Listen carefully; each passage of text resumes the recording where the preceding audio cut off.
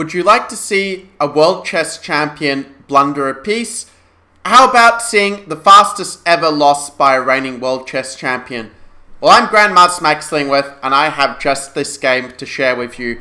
It is a game between Vladimir Mikhailovich Liberzon playing against the reigning world champion Tigran Petrosian at the time of this game. It was played in the Moscow Championship Trades Union event of 1964. Let's see how the game played out. So the game started with e4. Petrosian played French defense with e6. I think more often he used to play the Sicilian, but he decided to play French in this game. We had d4, d5, knight c3. Petrosian decides to play the winner with bishop b4. And I still remember that back in the old days, he had this favoured setup he liked to play, where he would play the move pawn to b6, with the idea of going bishop to a6 and trying to trade off his bad French bishop. You might notice that in this structure, this bishop is stuck behind these pawns. So with b6, Black's idea is to try to trade it off. This is an idea I've played in a few games myself. Unfortunately, it doesn't really hold up to closest scrutiny, with moves like even h4, and then queen g4 to attack the pawn, or a3 to kick the bishop. Just ends up being much better for white. So unfortunately, this line is not really playable anymore. And Petrosian played a better line in the game. He played the move knight to e7, and then after the move a3, putting the question to the bishop, we had takes, and now the move c5, a standard mainline winner, where white will try to show that his space advantage and unopposed dark squared bishop that comprises bishop pair will give him an advantage, whereas black will be relying on the flexibility of his structure and the fact that white's doubled c-pawns could potentially prove to be a target. So at this point, Liberzon plays the way one should against the world champion, play the most ambitious and direct moves you can, so queen g4 attacking this pawn. And already we see that Petrosian did not handle this in the best way, where in trying to avoid all the danger possible, he actually made it worse for him, out of the frying pan and straight into the fire. By the way, if you are enjoying this video, do make sure to hit that like button and definitely consider subscribing, especially if you're new to my channel. Now, in the game, Petrosian played the move knight to g6, a move that doesn't have a very good reputation nowadays, as the knight will often be a target to different attacks, and its knight itself is quite misplaced on g6. A better way to defend this pawn would be to either castle, although this line admittedly doesn't have that great a reputation. After bishop d3, white does get a pretty strong attack quite easily against the h7 pawn, and we see that that space advantage offered by the e pawn really does help white a lot to prosecute his attack forward. So for that reason, the main line for black nowadays is actually to play a move like queen to c7 here. And the idea of queen c7, this line is known as the winner or poison pawn. So if white were to play queen takes g7, black would go rook g8, defending the rook with tempo, queen h7, cd4. And unfortunately for white, he can't play the move c takes d4 and grab the pawn, because after queen c3, white will lose the rook to the queen fork, like so. For this reason, white should play knight to e2 and sort of give up these pawns in order to try to get his h-pawn moving more quickly. It's a very sharp line, but one where black is thought to be doing quite okay. I'd say dc3, f4, knight bc6. Black will usually play moves like d4, bishop d7, castles, and his lead development will tend to make up for white's bishop pair and his nice h-pawn, as it were. Even if black has to sack a pawn, he usually gets alright compensation. That's one reason why after queen c7, the trend at a higher level is shifted more towards the move bishop to d3, where instead of black sacrificing the pawn, it's more white who sacrifices the pawn, allowing black to take on d4, but in turn being able to then take on g7 and have white having the lead in development rather than black, and saying that the extra pawn c3 can be played around in such a position.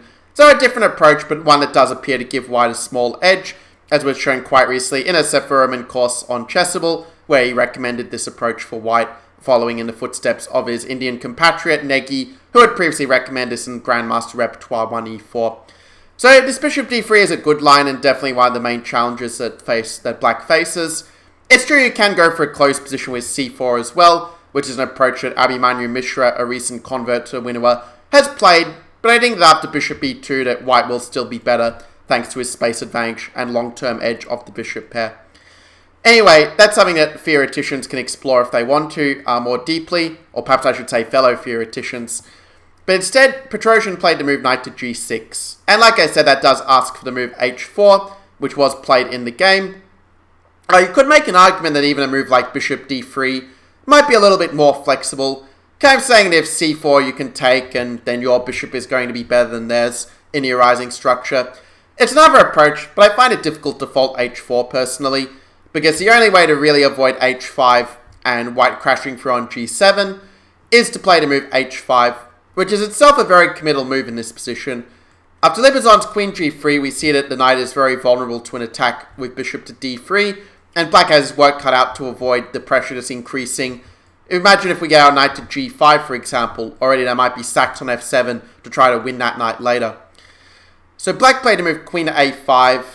Maybe knight c6 and bring this knight over might be a better try, but it's already indicative of how passive black's position is at this point. I think I remember actually played knight c6 in some game in the 2007 Australian Open, if I remember correctly, where my opponent played bishop d3 but kind of misplayed it afterwards, at least if I'm remembering it correctly. But instead, Petrosian played queen to a5, and okay, the idea of queen a5 is to take and use the pin on the pawn, so the thematic response is to block it with bishop d2. And if black were to close the position with c4 and get this typical winner structure, well, it's a much better than usual version for white, because normally the pawns are back on their starting squares, and white can sort of use that factor with bishop d2 and basically pick off this h5 pawn like a scab, and it's just bad for black from there. After knight c6, white played the move bishop d3, realizing that cd4 is not a real threat, because after c takes, the bishop is now discovering an attack on the queen, so black will not have time to take the yum-yum here, and still this guy is on as well. So Petrosian tried to defend with knight c7, white played a move d takes c5, which is not a terrible move, but I do think that it's probably more precise to go knight e2, and play for something like either knight f4 and try to break through on the king's side, or play a move like c4 and use your lead-in development and your bishop pair advantage, both of which are factors that increase in importance as the position opens up. Maybe white didn't want to allow c4, but I think that after knight takes, knight takes rather, and then the moves such as even, let's say, queen f3, you're just going to play knight g3 and take this pawn, and I don't really see a great defense for black. If you play something like knight e7 and play g6, that already is weakening so many dark squares, and once white does get some pawn break-in, or let's say manages to maneuver his bishop to a better square, it's just very hard for black to organize his pieces and keep his king safe in the long term. For those who remember my video about the nightmare that you can't get out of, well, that's the opposite colored bishops with the queens on the board for the side that is facing the initiative. That's a nightmare you can't get out of. Well, white played the move d takes c5, which is in principle not a bad move. Queen takes c5, knight f3. And white does have some sort of serious advantage. Yeah, it's got the bishop pair. Yeah, the double pawns might look a bit weak and black might have a central majority, but those factors are just a lot less significant than the fact that black struggles to really get his king to safety, because if you castle short, you're asking for the h5 pawn to be nabbed off the board. If you castle long, your king is still very open. So it's a tough gig for black, and the engine suggestion of knight f5 is again going to lead to the nightmare that one can't wake up out of. So while it's the best try, it's still bad for black to have a limp bishop against the monster. The game saw bishop d7 instead, and even though Petrosian blundered in this position, I think that even if he plays the best move, he's already in big trouble. White can play something very simple like knight d4, go for some move like f4, f5 later, and just open up the king side in his favor. Not to mention, even just playing with the pieces, it's very hard for black to connect his rooks without giving up something. I mean, if you play castles long, for example, you're already asking for moves like bishop e3. You're not afraid of queen c3 because you do have the pawn grab on a7. If queen a5, even something like knight g5 and rook b1, we see white just has the open lines already against a black king, and I think long term it's just very hard for black to survive such a position. The engine already considers a position like this one to be winning for what it's worth, with just rook b4, and again not caring about the pawns but just mating the king, as it were. But instead, Petrosian decided, I don't want to die a slow, painful death. Let's end the suffering a little bit early. And he played the move of bishop b5, which strategically speaking is a very good move in this position, because if you can trade off the bishop pair, then certainly it relieves the pressure against the knight on g6 as well. Unfortunately, bishop b5 is a blunder, and actually after white's next move, Petrosian resigned at this point. So the question is, what's the key move for white to get a decisive advantage? Are you up to the task? can you find it? So to prove to me that you did find it, do make sure to write in the comments below what your move would be, so that way I can also congratulate you with my reply for getting it right. Or if you got it wrong, I can say good try and encourage you for the next one. Either way, it's a win-win because you learned something. Well done if you realize that the key move here is bishop to e3. Now, I think that in fairness, Petrosian's resignation might have been a little bit premature, but let's see why bishop e3 is so good. Clearly, taking that pawn is going to run into bishop takes b5, winning a full bishop. But if you play queen c6 to try and save that bishop, unfortunately, knight d4 is just way too strong. You're forking the queen and you're forking the bishop, and that means that white is just going to win material by force here. The best move for black is actually to play the move d4, and I think that it was a little too early to resign here.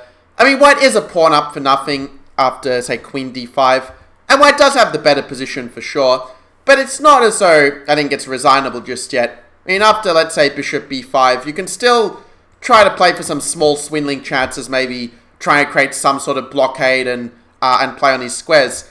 Yeah, objectively, it shouldn't be enough, and probably Petrosian would have still lost anyway, but I think that nowadays, more modern players tend to have more fighting spirit, and they will play on for longer even in these lost positions, that if there's a 1% chance of not losing the game, or a 1% chance of winning the game, then people are going to milk that for all it's worth and get the better results for their persistence.